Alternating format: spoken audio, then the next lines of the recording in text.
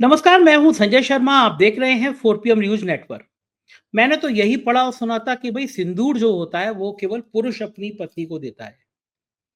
जब मैंने भारतीय जनता पार्टी की खबर देखी कि भई अब घर-घर में सिंदूर पहुँचाया जाएगा, ऑपरेशन सिंदूर की कामयाबी के बाद कि भई बड़े कामयाब हो गए तो घर-घर जाके सिंदूर देंगे, एक लीफलेट देंगे जिसमें वर्णन होगा और उसके साथ-साथ बीजेपी के एमपी, एमएलए पदयात्रा करके बताएँगे। मैंने कुछ और नेट पे पढ़ा भई ये सिंदूर कौन-कौन दे सकता है, तो मेरे को पास वो जो जानकारी मिली वही हुआ कि घर का पति दे सकता है। अब मेरी समझ में नहीं आई कि भारतीय जनता पार्टी के नेता जब घर-घर सिंदूर लेके जाएँगे, तो महिलाओं ने कह दिया कि भई आपकी पार्टी तो ऐसी हो गई है कि आपके पिछले 1 हफ्ते में पार्टी के नेताओं के इतने-इतने अश्लील वीडियो सामने आए हैं, तो आप महिलाओं का क्या सम्मान करेंगे? कोई सड़क पे सेक्स कर रहा है, कोई कमरे में कर रहा है, कोई बुजुर्ग व्यक्ति एक डांसर के संग अभद्रता कर रहा है। ऐसी पार्टी के नेता अब सिंदूर लेके किसी के घर में चले जाएँगे, तो कहीं कोई अनहोनी ना हो जाए, मैं तो डर रहा हूँ इस बात के लिए। अभय दुबे जी से मैंने सवाल पूछे कि ये ऐसा होगा तो क्या होगा? मैंने अभय दुबे जी से ये भी कहा कि मैं तो चाहता हूँ कि टेलीग्राफ की खबर झूठी हो जाए, जो उसने लिखा था कि भई राफेल जो है वो गिर गए हैं। मैं तो चाहता हूँ प्रधानमंत्री जी भारत सरकार ये कहे कि हमारा कोई राफेल नहीं गिरा। हम तो चाहते हैं जब सिंदूर लेके जाएँ, तो घर के लोगों से कहें कि भई ट्रंप ने तो झूठ बोला था कि सीज़ फायर करा दिया, हमने तो सीज़ फायर ट्रंप के कहने पे नहीं किया और कुछ तर्क तो दें कि हमने सीज़ फायर क्यों किया? कारण क्या था? हम तो पीओके पे लेने की बात कर रहे थे, पाक अधिकृत कश्मीर को लेने की तैयारी कर रहे थे, कहाँ हम लोगों ने सीज़ फायर कर लिया? इन बातों का जवाब तो दें। अभय द्विवेदी जी से मैंने पूछा फिर क्या जवाब होगा? और मैंने पूछा कि जो भारतीय जनता पार्टी के सांसद इस देश में नफ़रत की बातें करते हैं, सांप्रदायिकता की बातें करते हैं। पहलगाँव की घटना के बाद कह रहे हैं कि धर्म देख के मारा, जाति देखकर नहीं मारा। वो मुस्लिम देशों में जाकर उनका हृदय बदल गया है। निशिकांत दुबे जी की बात कर रहा हूँ, वो कह रहे हैं कि इज़राइल गलत कर रहा है, फिलिस्तीन के साथ खड़े हो गए हैं।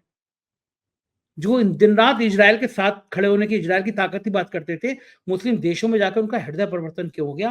ये तमाम बातें मैंने अभय द्विवेदी जी से की हैं। ले चलता हूँ आपके पास अभय द्विवेदी जी के पास लेकिन उससे पहले एक रिक्वेस्ट और करूँगा। इस चैनल के साथ-साथ फोर्थ मिडल ईस्ट जो आप देख रहे हैं, ये भी हम लोगों ने बड़ी छोटी-छोटी कोशिश कर रहे हैं। भारत की धरती के बाहर जाने वाला शायद ये पहला देश का यूट्यूब चैनल है, जो हम लोगों ने दुबई में जाके इसका लॉन्चिंग की है।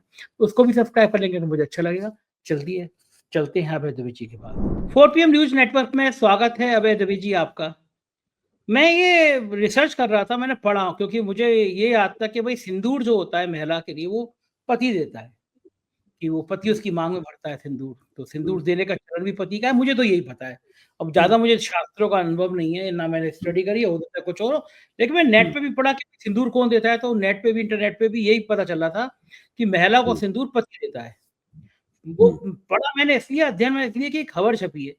अब भारतीय जनता पार्टी के कार्यकर्ता घर-घर जाएँगे और सिंदूर हुँ, देंगे। ऑपरेशन सिंदूर में बड़ी भारी कामयाबी हासिल कर ली है। हुँ, वो घर-घर सिंदूर जाएँगे, एमपी लिखा गया है इतनी किलोमीटर पदयात्राएँ करेंगे, विधायकों को ड्यूटी दे दी गई है पदयात्राएँ हुँ, करेंगे।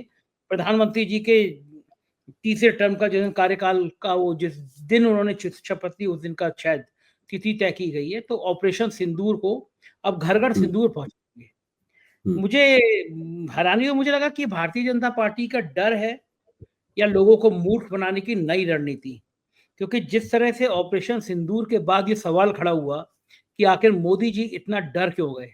जिस तरह पूरे देश में इंदिरा गांधी की याद आई कि जब अमेरिका ने इंदिरा गांधी को धमकी दी थी, तो इंदिरा गांधी ने कहा तुम 7वां नहीं 8वां 9वां 10वां जितने बेड़े सब भेज दो, हम पाकिस्तान के सबक सिखा के रहेंगे। तो पूरे सोशल मीडिया पे इंदिरा गांधी याद कर रहे हैं। अब ये मोदी जी के लिए इससे ज़्यादा शर्मनाक बात कोई हो नहीं सकती कि कोई नेहरू और इंदिरा को याद करे, वो भी उनकी तुलना में याद करे।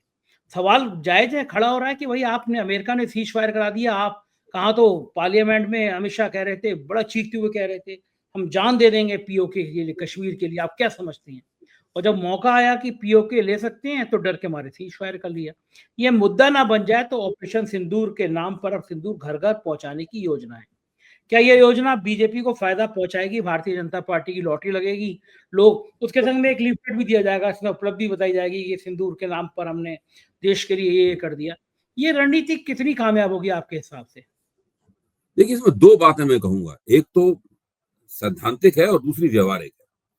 सैद्धांतिक बात ये है कि अगर आप नरेंद्र मोदी के नेतृत्व में और उससे पहले अ, लाल कृष्ण आडवाणी के नेतृत्व में जो राम जन्मभूमि आंदोलन चला था और उसके बाद नरेंद्र मोदी के नेतृत्व में जो सत्ता चल रही है पिछले 11 साल से, अगर आप इसके ऊपर एक विहंगम दृष्टि डालें तो आपके सामने स्पष्ट हो जाएगा इनका हर एक कदम सनातन धर्म की स्थापित धार्मिक मान्यताओं का उल्लंघन है। वो कैसे? अरे आप भूल गए शंकराचार्यों ने जब रामलला के मंदिर की प्राण प्रतिष्ठा की जा रही थी, उसके एक एक कार्यक्रम से संबंधित जितनी भी धार्मिक मान्यताएं थी, बताया था कि ये सारी की सारी सनातन धर्म की उल्लंघन है। हम सब लोगों ने इस पर चर्चा भी की थी, आपको याद होगा, हम सब लोगों ने इसके ऊपर चर्चा भी की थी। केवल वही नहीं, आप पहले दिन से देखिए, हिंदू धर्म में जो हिंदू धर्म है और सनातन धर्म में है, उसको राज्य के साथ जोड़ने का कोई विधान नहीं है, उसके ऊपर राजनीति करने का कोई विधान नहीं है।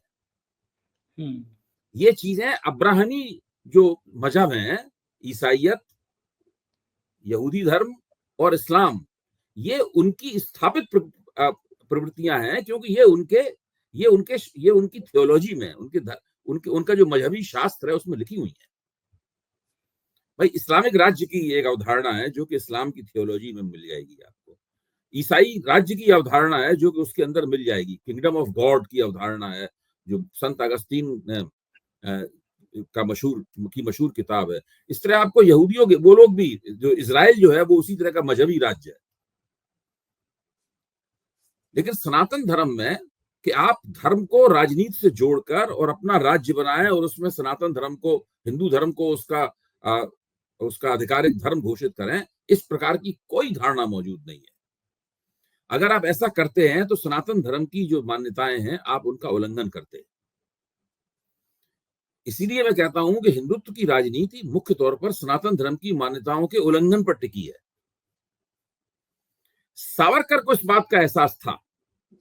अगर आप सावरकर की वो मशहूर किताब देखें जो कि पहली किताब है, व्हाट इज हिंदुत्व, जो सावरकर की पहली किताब, उस किताब से ही पूरा मामला शुरू हुआ। ये अगर आप उस किताब को देखें, उसमें सावरकर स्पष्ट रूप से कहते हैं कि हिंदुत्व की अवधारणा एक धार्मिक विचार नहीं है, ये कोई रिलीजियस आइडिया नहीं है, ये मुख्य तौर पर एक राजनीतिक विचारधारा है। मैं जब हिंदुत्व में कह रहा हूं जिसका किसी पूजा पद्धति से कोई संबंध नहीं है, किसी धर्म से कोई संबंध नहीं है, किसी संप्रदाय से कोई संबंध नहीं है, ये मुख्य तौर पर एक राजनीतिक विचारधारा है जिसका मैं प्रतिपादन यहाँ पर कर रहा हूँ। राष्ट्रीय स्वयंसेवक संघ का और सावरकर के बीच में मतभेद किस बात को लेकर थे? थोड़े बहुत मतभेद नहीं थे। चरण सिंह को दे दिया भारत रत्न, सावरकर को आज तक भारत रत्न नहीं दिया है।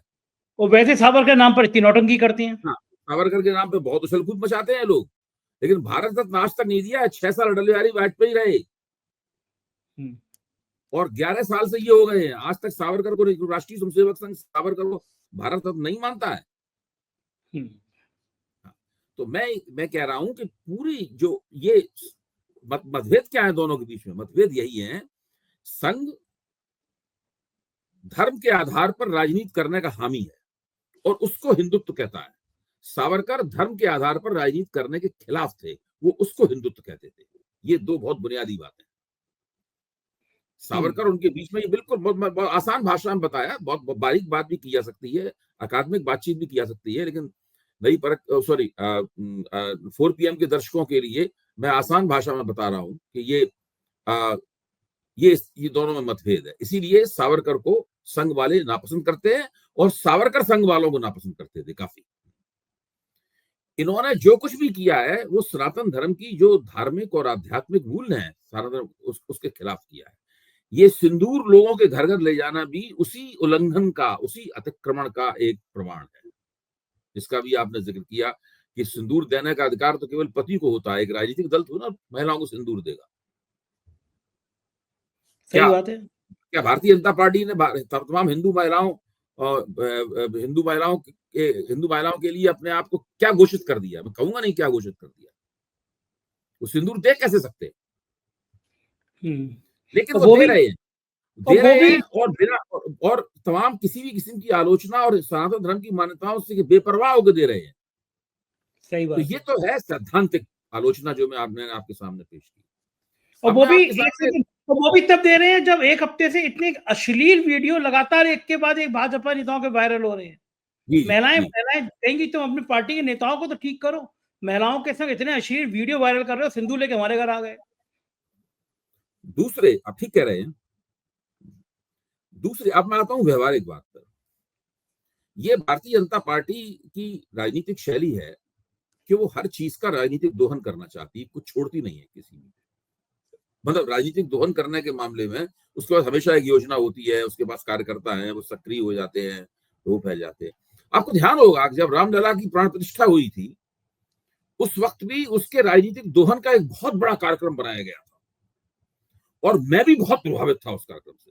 मैं दूसरे की बात नहीं कह रहा हूं कि आप इतने गांवों में जाएंगे, इतने वहां पर राम भक्त लाए जाएंगे और दिन रात होगी वहां पर, हमेशा त्रेता युग आ जाएगा। मैं खुद ही कहता था कि वो त्रेता युग लाने की योजना बन गई है, वहां दिन रात रामलीला होती रहेगी, पृष्ठभूमि में वो बजता, हनुमान चालीसा बजता रहेगा, ये वो फलाना ठिकाना। ये सब बातें जो हम लोगों के सामने रखी गई थी, मैं खुद भी इस बात से प्रभावित था, और इन सब बातों के प्रभाव के कारण हम लोगों ने ये आमतौर पर मान लिया था कि भाई मोदी जी की जीत तो अब बिल्कुल केवल घोषणा होनी बाकी है, चुनाव तो वो जीत ही चुके हैं और कोई माहौल ऐसी मुकाबला ही बन नहीं है। बिल्कुल ऐसे ही माहौल था, नहीं था? अच्छा, ऐसी माहौल था। और इन्होंने कुछ ना कुछ कोशिश भी की होगी, वो कहीं ना कहीं गांव वगैरह में जाके कुछ ना कुछ, और राष्ट्रीय स्वयंसेवक संघ के कार्यकर्ता सारे गांव में फैल गए हैं, ये वो पुराना ठिकाना, न जाने क्या क्या, मतलब हमसे कहा गया था और हमने उस बात को सही मान लिया था, और जितना वो हमें प्रभावित करना चाहते थे, हमने उनकी इच्छा पूरी होते हुए उससे प्रभावित होना स्वीकार कर दिया था। सही बात एक है, तरह बिल्कुल से सही। तो हम लोगों का जो समीक्षात्मक मानस था, उनके हाथों में खेल रहा था संजय जी। हाँ, माहौल ऐसा बन गया था ना पूरा। तो हम सोच बाद भी में नहीं पा रहे थे कुछ और भी हो सकता, मतलब हम सोच भी नहीं पा रहे थे कि कुछ और भी हो सकता है। आप ये तो सोचिए इस कोई, बात। अगर अगर अवैध जी उस समय कोई कह देता कि अयोध्या हार जाएंगे तो लोग मारते, लाठी हाँ, पकड़ के मारते, क्या बात कर रहे हो तुम, ऐसे बात माहौल में करते हैं। अयोध्या हार जाएंगे। ये हालत थी। देखिए, आपने पूछा ना कि इसका कोई फायदा होगा कि नहीं होगा, इसकी कोई गारंटी नहीं है कि फायदा हो। गारंटी इस बात की ज्यादा है कि इनको फायदा ना हो बल्कि नुकसान हो। नुकसान इसलिए है कि कोई भी जिसको हिंदू धर्म की जरा भी जानकारी है, कोई पसंद नहीं करेगा कि भाजपा का कार्यकर्ता आए और घर में सिंदूर की पुड़िया और डिबिया डिबिया दे के जाए। ये भाजपा के कार्यकर्ताओं का काम नहीं है। देखिए, जब नरेंद्र मोदी ने अपने आप को भगवान घोषित किया, देवता घोषित किया नरेंद्र मोदी ने, जब चंपत राय ने उनको देवता घोषित किया, जब और दूसरे भाजपा के तमाम, और जेपी नड्डा ने घोषित किया, तो मैं अक्सर अपने मित्रों से कहता था कि ये लोग सनातन सनातन सनातन की इतनी चर्चा करते, इतनी बात करते हैं, इन्हें ये नहीं पता है कि जब कोई राजा अपने आप को भगवान घोषित करता है तो उसका सनातन धर्म में क्या हाल हुआ है। हिरण्यकश्यप ने क्या किया था, अपने आप को भगवान घोषित कर दिया था ना हिरण्यकश्यप ने, और अपने बेटे प्रहलाद विष्णु के भक्त थे, तो प्रहलाद को सताता था, वो कहते मेरी भक्ति करो, मैं ही भगवान हूं, विष्णु क्या है मेरे सामने। फिर क्या हुआ, हिरण्यकश्यप का नाश करने के लिए नरसिंह अवतार हुआ। नरसिंह अवतार ने क्या किया, हम लोगों को पता है, कहने की जरूरत नहीं है। हिरण्यकश्यप को वरदान प्राप्त था कि न वो घर के अंदर मरेगा, ना घर के बाहर मरेगा, ना आसमान में मरेगा, ना पाताल में मरेगा। तो उन्होंने ऐसी जगह वो ले गए उसको, दहलीज के ऊपर, जो घर के बाहर थी, ना अंदर थी, ना ऊपर थी, ना नीचे थी, और उन्होंने अपने आप को देवता घोषित करने वाले का जो करना था वो किया। ये सब पुराणों में दर्ज है। हम सब लोग बचपन में इसी की खुराक पे पले। सही बात है। तो मैंने भाजपा के एक बड़े नेता से कहा भी कि भाई आप लोग क्या करते हैं, हिरण्यकश्यप की कहानी भूल गए। तो उन्होंने जो कहा है वो मैं आज नहीं कहूंगा आपके मंच पे, यहाँ पे ठीक नहीं होगा कहना, ये चुनाव नतीजा आने से पहले की बात है। तो मैं कहना ये चाहता हूं कि ये जो ये सब जो ये घटिया किस्म के जो प्रचार की नीति है, ये भारतीय जनता पार्टी के लिए बूमरैंग भी हो सकती है। ये उल्टे बांस बरेली, उल्टे बांस गले पड़ जाएंगे इनके, ये स्थिति उनके साथ होने वाली है, क्योंकि लोगों के दिमाग में सवाल है। आप उनके घर पे पर्ची दे आओ, पर्चा दे आओ, बुकलेट दे आओ, हमारी ये उपलब्धियां हैं, क्या लोग इतने बचकाने नहीं है कि आपने वो कंपट थमा देंगे, लॉलीपॉप थमा देंगे और वो चूसते रहेंगे। ये सब नहीं हो सकता, ये सब वक्त गुजर चुका है उसका, कोई फायदा वायदा नहीं होने वाला है। मुझे तो बिल्कुल पक्का यकीन है कोई फायदा वायदा नहीं होने वाला है। अच्छा, लोग निजी बातचीत में कहने भी लगे, मैं तो हाथ जोड़ के ईश्वर से प्रार्थना करता हूँ कि प्रधानमंत्री जी, भारत सरकार दावा करे कि हमारे किसी राफेल को कोई नुकसान नहीं पहुंचा है।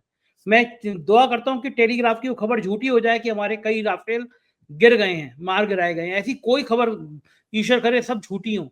लेकिन देश को सच जानने का तो अधिकार है, हमें पता तो होना चाहिए। पूरी विदेशी मीडिया बैठ बैठ के चर्चा कर रही है, विदेश मंत्री से सवाल पूछे जा रहे हैं विदेश में जाके, और आप विदेश में जा जाके ढिंढोरा पीट रहे हैं, कहीं छप नहीं रहे हैं। वॉशिंगटन पोस्ट और न्यूयॉर्क टाइम्स जैसे बड़े अखबार जो छाप रहे हैं, वो देश के लिए ठीक नहीं है। तो ये अब क्या जनता इतने मूर्ख है कि वो हकीकत नहीं जानती है? वो ये पूछेगी नहीं कि वो 4 आतंकवादी कहाँ चले गए जिन्होंने 26 बेगुनाह लोगों की हत्या कर दी गई थी? कोई सवाल ही नहीं है, कोई विमर्श ही नहीं है। इनको लगता है कि हमारे टीवी चैनल जो गोदी मीडिया है, इस पे अगर नहीं पूछा जा रहा है 4 आतंकवादी कहाँ चले गए, तो फिर बाकी जगह पूछेगा नहीं। जो पूछेगा उसको 4 पीएम की तरह एक बार फिर बंद कर देंगे, जब गोदी कोशिश कर। मीडिया पे, वैसे तो गोदी मीडिया पे हमारे ऐसे लोग बुलाए नहीं जाते, अगर बुला भी लिए जाते हैं, जो हम लोग यही बात कहते हैं कि भाई वो 4 आतंकवादी कहाँ गए, इसका जवाब दीजिए। ट्रंप की आलोचना आप क्यों नहीं कर रहे हैं, इसका जवाब दीजिए। ट्रंप ने पहले घोषणा की तो वो तो जो गोदी मीडिया की एंकरनियां होती हैं, पहले मुंह बंद करके चुपचाप हमारे ऐसे लोगों की बात सुनते रहते हैं। फिर उनके पास एक बना बनाया जवाब है इसका, लेकिन हमने घुसकर मारा है, वो कहेंगे।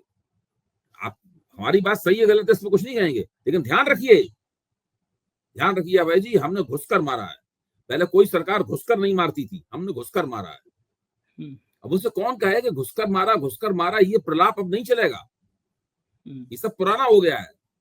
एक माल एक ही बार बिकता है, एक माल को आप दोबारा नहीं बेच सकते। इनकी क्या आदत है कि हमने आपको माल बेच दिया, फिर आपसे लेके दोबारा फिर आप ही को बेचना चाहते हैं, दोबारा फिर आपसे ले लेंगे माल, फिर दोबारा। भाई एक बार आपने माल बेच दिया, हमने वोट दे दिया बदले में, बार बार हमसे माल वापस लेके हम ही को बेचना चाहते हैं, ये हथकंडा चलेगा राजनीति के बाजार में? बताइए आप, मतलब कितना हास्यास्पद हथकंडा है, ये बिल्कुल नहीं चलेगा। भाई एक बार माल 2019 में बेच दिया, घुसकर मारा, अब ये दोबारा थोड़ा चलेगा। ये काट की हांडी का मुहावरा भी यहाँ फिट नहीं होता है, तो हद हो गई। आप अच्छा, सोचिए, अच्छा वैसे मुझे एक बताइए, वोटरों एक को बात एक बार पूछिए। जो चीज बेची है, दोबारा फिर लेकर दोबारा वही चीज फिर बेचना चाहते हैं वोटरों को। हाँ, हाँ। अच्छा वैसे मुझे एक बात नहीं समझ में आती कि जो भारतीय जनता पार्टी के सांसद हिंदुस्तान में नफ़रत बोते रहे, जैसे ही आतंकियों ने मारा, जिन्होंने सबसे पहले पूछा कि धर्म देख के नहीं मारा, जाति देखकर नहीं मारी, जाति पूछकर नहीं मारा, इस तरह के बयान और हिंसक बयान देते रहे। उनके दिल अचानक मुस्लिम देशों में जाके बदल गए। निशिकांत दुबे जी का मैं उदाहरण दे रहा हूँ। कह रहे हैं आज तो कमाल उनका बयान वायरल हो रहा है एएनआई के माध्यम से। वो कह रहे हैं कि इजराइल की आलोचना कर रहे हैं, फिलिस्तीन के साथ खड़े हो गए हैं कि भारत सरकार ने, मोदी जी ने तो फिलिस्तीन वालों को खाना भिजवाया, इंजेक्शन भिजवाया कोविड में, हम तो हमेशा इतना मदद करते हैं फिलिस्तीन की, इजराइल मान नहीं रहा है समझौता। जो सरकार इजराइल की दीवानी थी, तो खुल के कह रही थी कि इजराइल, वो उसके सांसद जो देश में हमेशा अपने नफरती बयानों के लिए जाने जाते हैं, सुप्रीम कोर्ट के चीफ जस्टिस ने फटकार लगाई थी उनके बयानों को लेकर, वो मुस्लिम देशों में जाके कह रहे हैं कि मुस्लिम आतंकवाद का कोई धर्म नहीं होता, इजराइल की बुराई, फिलिस्तीन की तारीफ। ये बीजेपी के सांसद जैसे ही मुस्लिम देशों में एंट्री करते हैं, हवाई जहाज से बाहर निकलते हैं, एयरपोर्ट से बाहर निकलते हैं, इनका दिल एकदम बदल कैसे जाता है, ट्रांसफर कैसे हो जाता है इनका दिल, मैं नहीं, समझ नहीं पा रहा। मुझे तो लगता ये है कि हम लोग अभी तक आपके मैंने वक्तव्य नहीं पढ़ा है उनका, निशिकांत दुबे का, लेकिन आप कह रहे हैं तो मैं उस पर यकीन करके अपनी टिप्पणी कर रहा हूँ। मुझे तो लगता है कि एक उनके अंदर वही प्रतिभा है जो नरेंद्र मोदी के अंदर प्रतिभा है। निशिकांत दुबे की प्रतिभा नरेंद्र मोदी की प्रतिभा बराबर बराबर है। नरेंद्र मोदी के पास मंच ज्यादा बड़ा होता है कि वो प्रधानमंत्री हैं, पहले मुख्यमंत्री रह चुके हैं। निशिकांत दुबे के पास मंच छोटा होता है उनके मुकाबले। लेकिन आप देखिए, नरेंद्र मोदी जहां जाते हैं वैसी ही बात बोलते हैं। अगर वो उड़ीसा में जाएंगे तो उड़ीसा को वो नंबर 1 राज्य बना देते हैं। अगर वो तमिलनाडु में जाएंगे तो तमिलनाडु को नंबर 1 राज्य बनाएंगे। उत्तर प्रदेश आएंगे तो उत्तर प्रदेश को नंबर 1 राज्य बनाएंगे। इसी तरीके से जहां वो जाते हैं वो कहते हैं कि हमारा इनसे रिश्ता है। आदिवासियों के बीच में जाएंगे तो आदिवासियों से रिश्ता है, दलितों के बीच में जाएंगे तो दलितों से रिश्ता है, सबके साथ उनको रिश्ता। वो जैसी जैसी ऑडियंस होती है, जैसा दर्शक होता है, उसके हिसाब से वो बोलते हैं। यही निशिकांत जी कर रहे हैं। जब वो भारत में होते हैं तो मुसलमान विरोधी डिस्कोर्स चलाते हैं, मुसलमानों के खिलाफ नफरती बातें बोलते हैं। लेकिन जब मुसलमान देशों में गए हैं तो यहूदियों के खिलाफ बोल रहे हैं। तो ये जो प्रतिभा है, या तो नरेंद्र मोदी के साथ काम करते करके, नेतृत्व में काम करते करते सबने मोदी जी के हथकंडे सीख लिए। एक ये भी वजह हुआ हो सकती है, भाई मोदी जी ही उनके आदर्श पुरुष हैं। हम भले ही न माने मोदी जी को अपना आदर्श, लेकिन वो तो मोदी जी को ही आदर्श मानते होंगे, क्योंकि राजनीति में है तो मोदी जी से बड़ा पद तो कोई है नहीं। मोदी जी सर्वोच्च पद पर है हर व्यक्ति, और निशिकांत जी बहुत महत्वाकांक्षी भी है, तो वो जाना चाहते, उस पद तक पहुंचना चाहते होंगे। तो मोदी जी के ही नक्शे कदम पर चलते हुए, जैसे मोदी जी बोलते हैं, मोदी जी मौका देखकर अपनी राय बदलते रहते हैं, वैसे वो भी मौका देख के अपनी राय बदल रहे हैं। इसी तरीके से भारतीय जनता पार्टी का पूरा कारोबार, राजनीतिक कारोबार चल रहा है। ठीक बात है। और हालांकि उन बेचारों के अंदर पीड़ा ये है कि बड़े दिनों से मंत्री बनने की आस लगाए हुए हैं, मोदी जी इतनी लिफ्ट नहीं दे रहे, उनको मंत्री नहीं बना रहे हैं। लेकिन अब उन्होंने ये गिरगिट वाली जो शैली अपनाई है, इससे शायद उनका नंबर लग जाए। एक मीडिया के क्षेत्र में एक बड़ा इसमें एक और थोड़ी चर्चा और हो जाए। देखिए, जिस तरह की बातें ये करते हैं, उस तरह की बातें करने के लिए कभी, आज ये तो अभी बहुत पिछले कुछ महीनों से इनका नाम बहुत ज्यादा प्रकाश में आया है। जब महुआ मोइत्रा से इनका विवाद हुआ था, उस वक्त उनका नाम प्रकाश में आया था। फिर झारखंड की सरकार उन्होंने गिराई थी, तब उनका नाम प्रकाश में आया था। उससे पहले इस प्रकार की नफरती और बातें बोलने में गिरिराज सिंह का नाम बहुत आगे रहता था। हाँ, अब तो गायब है लेकिन आजकल वो। हाँ, तो गिरिराज सिंह वगैरह की तो इन्होंने करेंसी खत्म कर दी है। इन्होंने ऐलान कर दिया गिरिराज सिंह का सिक्का खोटा है, मेरा सिक्का जो है वो सच्चा है।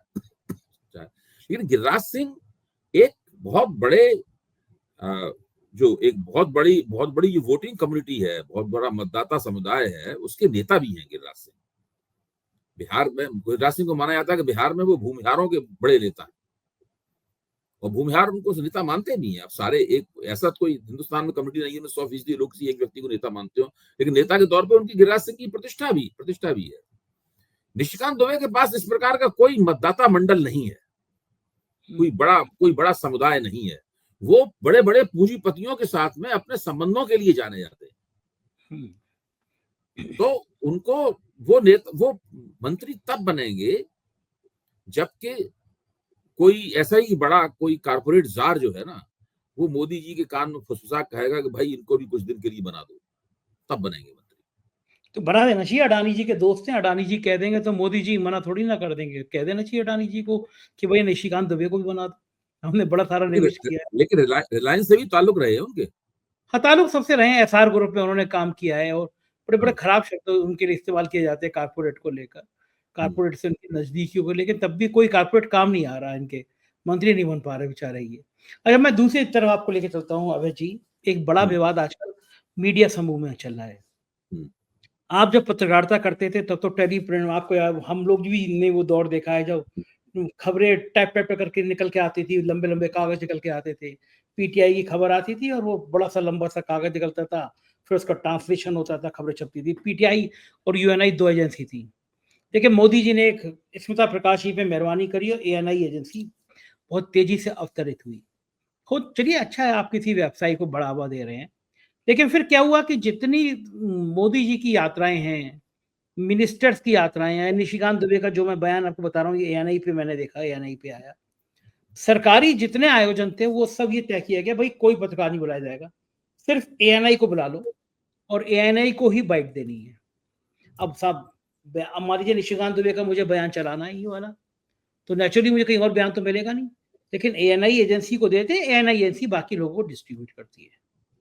अब एएनआई ने क्या किया कि अपने रेट बढ़ाने शुरू कर दिए, मेंबरशिप। जैसे 4PM ने भी एक लंबे समय से एएनआई की मेंबरशिप ले रखी है, एक बड़ा भुगतान हमें भी एएनआई को करना पड़ता है। नुकसान क्या हुआ कि कुछ यूट्यूबर्स ऐसे थे जिनको पता भी नहीं होगा, उन्होंने कुछ सेकंड की, कुछ मिनट की क्लिप लगा दी कि प्रधानमंत्री कुछ कह रहे हैं, वो क्लिप लगा दी। यूट्यूब का एक नियम है कि वो किसी दूसरे की अगर आप कुछ भी चीज लगाएंगे तो वो स्ट्राइक देगा आपको। मतलब वो आदमी मेरे कॉपीराइट स्ट्राइक, अगर मैं 4PM पे कुछ यूज कर रहा हूँ तो किसी और ने यूज लगा ली मेरी, तो मैं उसको स्ट्राइक दे सकता हूँ। और अगर 3 स्ट्राइक हो गई, यानी 3 जगह इस्तेमाल किया, तो चैनल बंद हो जाएगा और फिर मैं दूसरा चैनल भी नहीं बना पाऊंगा। पवन खेड़ानी जी ने वो ट्वीट किया है एक लंबा चौड़ा इस कॉपीराइट को लेकर।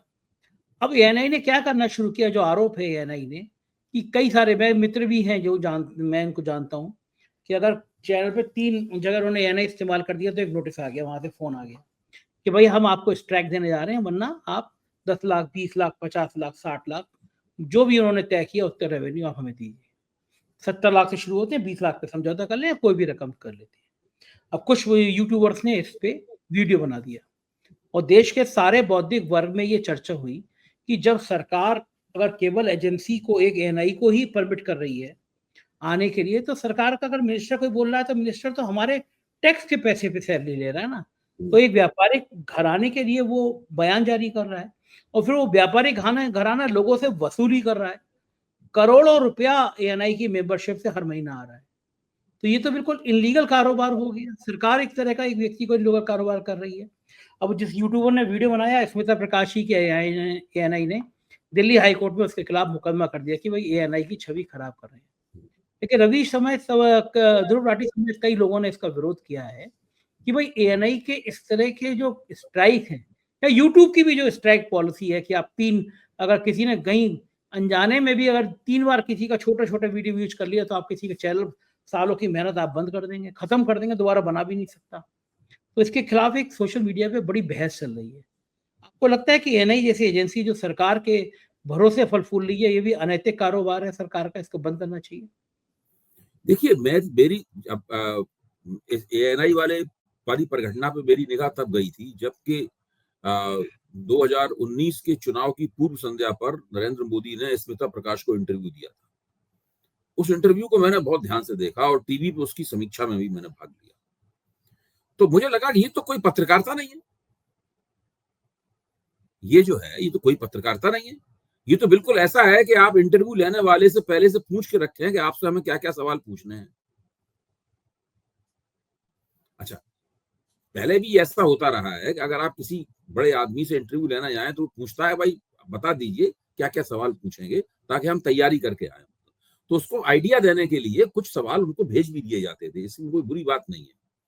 लेकिन इंटरव्यू लेने वाला ये अधिकार अपने पास रखता था कि वो क्रॉस क्वेश्चनिंग कर सकता है, जिरह कर सकता है। यानी जो सवाल उसने नहीं भी पूछे हैं, 2 सवालों के बीच में वो सवाल भी पूछ सकता है। उससे इंटरव्यू में जान पड़ जाती थी। और अगर इंटरव्यू लेने वाला पत्रकार है और देने वाला एक राजनेता है और उससे उसने जिरह नहीं की तो इंटरव्यू किस काम का? ठीक बात है। फिर तो मिली भगत हो गई। फिर तो पूरी पूरी तरीके से मिली भगत हो गई। तो ये हमें लगा ये तो मिली भगत है, तो मैंने कहा भी हमने ये तो बिल्कुल मिली भगत है। तो वो काफी नाराज-वाराज भी हुई इस सवाल को लेके हमसे, मुझसे। लेकिन मैं उसकी कोई चिंता नहीं करता। मेरा कहना ये है कि ये अगर इस प्रकार की कोई मोनोपोली उन्होंने बना ली है, जो आप कह रहे हैं तो बना ही ली है उन्होंने मोनोपोली, कि जितनी भी सरकारी क्लिप्स होंगी, जितनी भी सरकारी टीका-टिप्पणियां होंगी, जो मंत्री लोग देंगे, वो लोग पार्टी के लोग देंगे, वो सारी एएनआई की होगी। फिर एएनआई उन टीका-टिप्पणियों को, चैनलों को और सब मीडिया प्लेटफॉर्मों को बेचेगी, उससे बड़े पैमाने पे पैसा कमाएगी। एक और सोशल मीडिया के प्लेटफॉर्म वाले हैं, उन्होंने मुझे बताया कि उनके ऊपर भी कॉपीराइट स्ट्राइक हुआ, फिर उससे एएनआई ने 11 लाख रुपए मांगे। ऐसी वसूली चली है। हाँ, और बाद में सौदेबाजी करते करते 3 लाख पे मामला आ गया। 3 लाख देने पड़े उनको। हाँ, चैनल 3 लाख बचाना देते। दिए तब उनकी अपलोडिंग, 3 लाख दिए तब उनकी अपलोडिंग शुरू हो पाई। तो इसके ऊपर तो बाकायदा अदालत में चला जाना चाहिए। मतलब यूट्यूब के खिलाफ अदालत में चला जाना चाहिए कि यूट्यूब जो है ना, वो ये इस तरह के उसने, ये एक तरह से इस जो स्ट्राइक्स हैं, ये दमनकारी औजार बन गई हैं। इसी तरीके से ये तो ये ना, एक कम्युनिटी स्ट्राइक भी एक चीज है। हाँ, भारतीय जनता पार्टी ने बहुत सारे फर्जी आईडी बना रखी हैं। कम्युनिटी तो अगर स्ट्राइक कर देते। 10,000 आईडी से आप किसी वीडियो के ऊपर स्ट्राइक कर दें, तो उसमें भी वही है, पहली स्ट्राइक पे 1 हफ्ते बंद, दूसरी स्ट्राइक पे 15 दिन बंद और तीसरी स्ट्राइक पे परमानेंटली बंद। ये सब भी यही चल मामला है, ये भी वहां सब भी यही चल मामला है। हाँ, ये तो एक ये तरह के ये खत्म। स्ट्राइक जो है वो दरअसल दमनकारी, और जो ताकतवर लोग हैं, जो जिनके पास आईटी सेल हैं बड़े बड़े, और जो इस तरह की बहुत सारी फर्जी आईडी बना सकते हैं, वो तो इस तरीके से जिस चैनल को चाहेंगे उसको सांसद में डाल देंगे, उसका अस्तित्व हाँ। खतरे में पड़ जाएगा। अरे हमारे ऊपर भी बहुत सारी स्ट्राइक हुई, क्योंकि हम तो इस तरह का कोई, हमारा तो ओरिजिनल कंटेंट होता है, तो इसलिए कभी कामयाब नहीं हुए, लेकिन कोशिश हमारे चैनल पे भी बहुत सारी लेकिन स्ट्राइक की आपके हुई। खिलाफ कम्युनिटी स्ट्राइक्स भी हुई हैं। हाँ, हाँ, खूब सारी कम्युनिटी स्ट्राइक देने की कोशिश की गई। यूट्यूब से लेके आए, हमने बता दिया ये वीडियो हमारा ओरिजिनल वीडियो, ये हमारा ओरिजिनल कंटेंट है, हम तो इस्तेमाल ही नहीं करते किसी दूसरे का, काहे की स्ट्राइक हो जाएगी। तो कामयाब नहीं हुए, हमला तो हम पे भी करने की कोशिश की गई। लेकिन ये खतरनाक है लोकतंत्र में, डेमोक्रेसी में इस तरह आप किसी की बिल्कुल। आवाज़ को बंद करेंगे तो बिल्कुल ठीक बात है। बहुत-बहुत शुक्रिया अभय जी, आपने समय दिया जी। मुझे, थैंक यू। तो ये थे अभय दुबे जी, पूरी बातचीत सुनी और उन्होंने सिंदूर को लेके मेरी बात को समर्थन किया, तो मुझे यकीन है कि शायद बीजेपी सोचेगी कि इस तरह सिंदूर ले जाना कहीं उल्टे गले ना पड़ जाए। आप क्या सोचते हैं इस बारे में कमेंट करके ज़रूर बताइएगा। शुक्रिया, थैंक यू।